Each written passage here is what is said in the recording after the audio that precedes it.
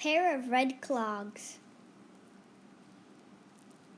For my mother.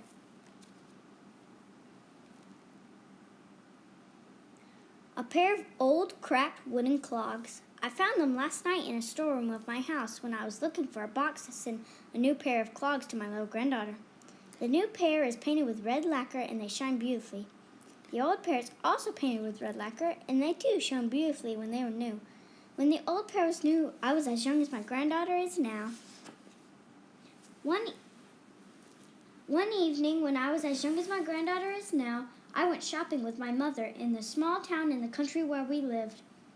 There were many stores along the main street, and at the end of the street there was a small tobacco shop with a red painted postbox in the front. I left to go into the shop because wooden clocks were sold there too. I was going to choose a pair of them to wear to school starting the next day. Just one pair. There are many clogs of many colors.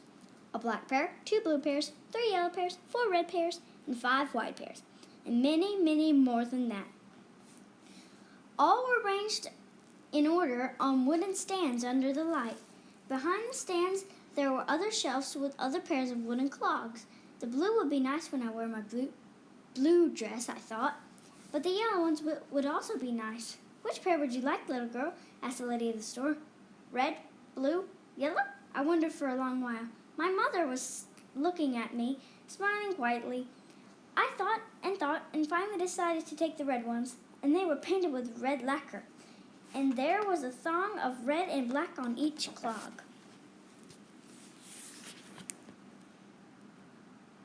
It was almost dark when we went out of the shop with the new clogs in my hands. Lights were on in the stores, and the goods of the stores looked very pretty under the lights.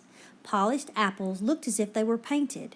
Fresh, bluish fishes looked almost alive on blocks of shining ice, and roses were still wearing dew on their dark red petals, as if they had just come from the gardens. But my new clogs were the most beautiful of all.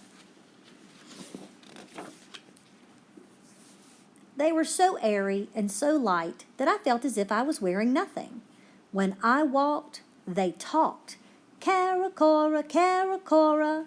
When I ran, they sang. Cora, cora, cara, cara, along with me. I went to school. I played with my friends. I went shopping with my mother wearing the new pair. Everybody said, "Aren't they pretty?" I was happy, very happy. One evening, when the sun was going down, my friends and I were walking down the hill.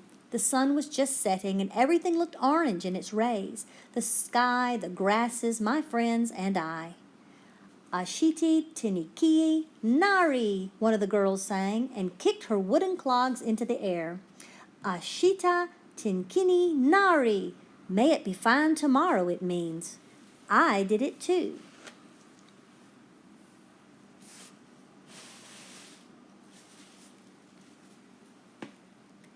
This game is called the weather-telling game, and if your clogs fall to the ground like this, it will be a fine day tomorrow.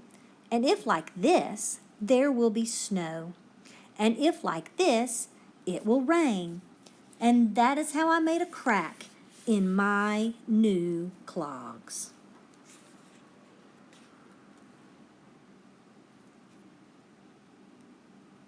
They did not talk. Caracora, caracora, when I walked. They did not sing. Cora, cora, cara, cara, when I ran. They just sounded gara, gara, gora, gora. I was sad. Should I ask Mother to buy a new pair, I thought? No, I knew she would not buy a new pair so soon. I remembered what she had told me when we bought them.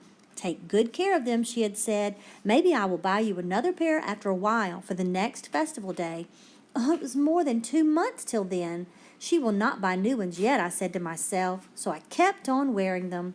They were not new anymore, that there was a crack in them, and day by day, little by little, they got dirtier and dirtier. Do I have to wear them for another 2 months, I thought miserably. I thought, and then I had a bright idea. Suppose this pair got very, very dirty, then Mother could not help buying a new pair, because she wouldn't like me to look dirty among the others. Let's make this pair very dirty, I decided. The very next day, on my way home from school, I walked into a puddle to get the wooden clogs wet. Then I went into a dusty field and shuffled my feet in the dirt. Look what I was wearing, just muddy pieces of wood. Now Mother must buy me a new pair, I said, and they will sing Caracora, when I walk, Cora, Cara, when I run. People will say, aren't they pretty? Again. I was very pleased with my plan, and I started toward home. But while I was walking along, scuffing the dirty clogs, I began to get uneasy. I began to be afraid my mother would know that I had made the clogs dirty on purpose. Beta, the muddy pair seemed to murmur, as if they were saying, you are a liar, you are telling a lie. So, I was walking slowly when I entered the kitchen where Mother was cooking. What's wrong with you, Mako? She said, looking at my dirty feet. With whom were you playing? The boys? Is that brown stuff just mud, or is it paint?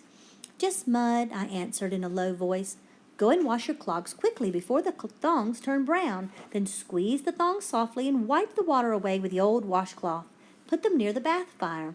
Not too near, otherwise the lacquer will come off, Mother said in her usual soft voice. I didn't move. What's the matter, Mako? Do it quickly, or they won't dry before morning. I could not say the clogs were so dirty that I needed a new pair. Mother was not suspecting me at all. And I remembered you should try to clean a thing first before you decided to buy a new one. It was the way we always did. So I washed the clogs. The mud came out easily because it had not yet had time to dry hard. Splash, splash, splash. The water was cold, and I was cold too. I was sure that Mother would not buy me a new pair of clogs because the mud came out almost perfectly.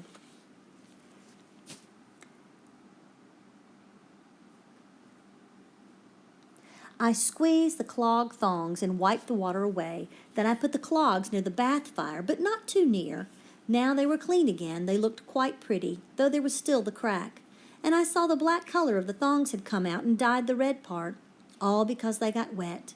Come and eat, Mako. It's getting late, called Mother.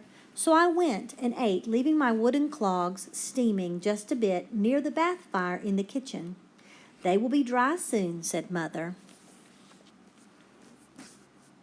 Did you wash them by yourself, Mako? Asked Father. Good, very good. What did you play, Mako? Asked my brother curiously. I just played, I answered in a little voice. Now it was out of the question to ask for a new pair. I felt so sad. I was ashamed of what I had done. Maybe I will buy a new pair before long, said Mother. The crack makes too much noise when you run. But don't play the weather-telling game on the stone road, and be sure not to get your wooden clogs wet too often. All right, Mako? All right, I said, nodding. Mother was smiling at me as usual, so I tried to smile too, but I couldn't. I wanted to say something to her, but I couldn't. I just knew I would never try to trick my mother again. A long time has passed since then. This pair of cracked clogs is almost as old as I am. I am packing the new pair for my granddaughter. Will she play the weather-telling game with this pair of clogs? Will she kick them into the air and let them fall on the stone road? Will she get them wet? Yes, I think so. Don't you?